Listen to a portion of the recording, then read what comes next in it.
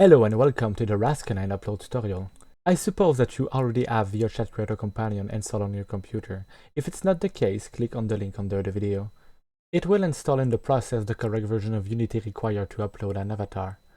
After you have Creator Companion installed, you will need two scripts to make the project work. The first will be VRC Fury. You can click on the download link under this video. On the website, click on Add VRC Fury to the VRChat Creator Companion. It will open this pop-up. Click Open Link. This will add the VRC Fury repository to your project. Click I understand. Now let's do the same thing for Polyomi Toon Shader.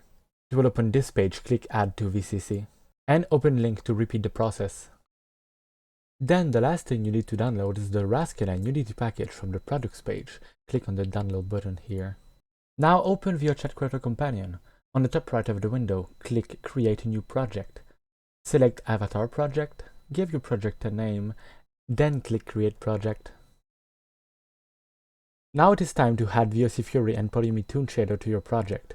Click the plus button on the right side of the screen. If you do not see those two packages in the list here, you will have to download them in the earlier steps. Click Open Project. Opening the project for the first time will take a while, so be patient. Once Unity is open, on the top left of the screen, go into Asset, Import Package, Custom Package. Go find the RazCanine Unity package that you have just downloaded from the products page and open it. Now that you see the import window, click on Import. This can take some time depending on your computer speed. To open the project, go into the RazCanine folder and click this white box here, which is the scene. You can move into the scene by holding the mouse right click and WASD. The two avatars on the left are the digitigrade version and the two avatars on the right are the plantigrade version. The two in the back are the female version. Those are already set up with the correct physics and fishbones and blend shape for those shapes. In the hierarchy on the right, I recommend selecting the avatar you will not be using and deleting them, so you don't get confused when you will upload the avatar. You can also hide them by clicking here in the Inspector tab. If you own a face tracking headset, you will find the face tracking package here besides the scene. Click on it and drag it into the root of the avatar in the hierarchy. This is the only step you need to do to add face tracking to your avatar. Now to choose a material for your avatar, go into the material folder. All of those spheres are different materials. There is one for the body, one for the eyes, the fur, and the mouth. To apply a material to your avatar, click on one of them and drag it into the corresponding part. You have the body, the fur, and choose whatever eyes you want. If you have a custom texture, drag it into the project folder tab here. Click on this image. Enable MIP streaming. I recommend using the high quality compression setting. If your textures have a high amount of detail, you can choose a 4K resolution. And then click Apply. Be aware that having multiple textures with a 4K resolution will make your avatar very unoptimized. Now choose a pre-existing material. You can duplicate it by clicking Ctrl D. On this one, unlock the shader. Polyomi need to reset, so click on another shader and come back. This box here is the color map. Take your texture and drag it into the box. All you really need is a color map. If you have a normal map, you can drag it and drop it here underneath. And then take this material and drag it into the avatar. Now it's time to modify the shape of your avatar. Go into the hierarchy and click on the body mesh. In the Inspector tab, expand the blend shape. Here you will find multiple blend shapes to modify the shape of your avatar. You can make it female, give it breast. If you use the breast blend shapes, you will have to enable the physics for them. In the avatar's hierarchy, you will find a physics drop-down. You will need to activate the fishbone breast. You can also activate the butt fishbone if you want it on your avatar by default. Now back into the body mesh. All those blend shapes are there to modify the base shape of your avatar. You can modify many things like the nose, make the muzzle bigger. You can also hide certain parts like the eyebrows.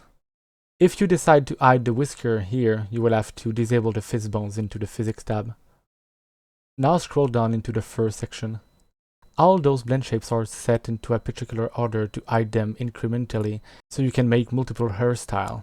You can hide them one by one and have a certain look. Be careful on how you hide them so you don't have any gaps in your fur. Now if you scroll more down, you will see that you have an alternate fur section. This is another kind of fur that will move the mesh itself. Be aware that some of them are not compatible with the other fur, like the elbow for example. If you activate the elbow, you will need to deactivate the other fur elbow here. Same thing for the calf. Same thing for the neck and the neck back. Be careful when you're using those ones. You should not use any blend shape that are below this. Do not touch anything past this line. All of those shapes are meant to be used in animation or face tracking. If you wish to have the long hair asset, the object is located here. You just have to enable it. This hair will not have the same color because you will need to give him a material too. If you are using this hair or any custom hair, you will have to disable the default hair underneath. To do that, go into the armature, expand the hips bone, the spine, the chest, the neck, the head fur root, and go find the hair short root. Go into the inspector tab and set the scale to 0. You will have to hide all the fur that are in the back and poking through. It should start with the hide row 8, then 7, 6, and 5. If you want to be using a custom tail for your avatar, there is a way to hide the default one. In the hierarchy, go find the tail root bone and set the scale to 0. This will perfectly hide the tail so you can add whatever you want. If you want to scale your tail, expand the tail root and go find the tail 01 bone. This one you can scale by inputting a value here. You can make it bigger, you can make it smaller. I recommend not going below 0.5 or over 2 unless you want to do funny result. Now in your hierarchy, you will see that you have a bunch of objects here called body customization menu and color swap. Those are the menu that once in games allow you to customize your avatar. If you want to make your avatar more optimized, you can safely delete them by just clicking and delete. The same thing with Gogoloco. If you do not wish to have Gogoloco on your avatar, you can delete them. And the same thing applies to the long hair if you wish to not use it. If you want to add back those prefab, go into the RazCanine folder, Raz Asset, and Prefab. In this folder, you will have all the prefabs that you just deleted. You can add them back by dragging them into the avatar hierarchy here. Be sure to drop them into the avatar root to not break anything. If you do not plan to switch between textures, I recommend to delete the color swap and preset menu from your avatar. This will make your avatar way more optimized. Now it is time to upload your avatar. On the top of the window, go into the VRChat SDK and click on Show Control Panel. Here it will open a window. Connect to your VRChat account. Go into the Builder tab. If you have multiple avatars in the scene, you can click here and choose which one to upload. Give a name to your avatar. You can add a description, but this is optional. Here you can make your avatar private or public. If you decide to make your avatar public, please keep the credits inside of it. Here you can choose a thumbnail for your avatar. You can choose a file from your computer or capture it directly from the scene. All you have to do is move your camera and click capture. If you have this red notification here, it's because you forgot to put the map streaming on your texture. Just click autofix. You do not have to worry about the yellow triangles.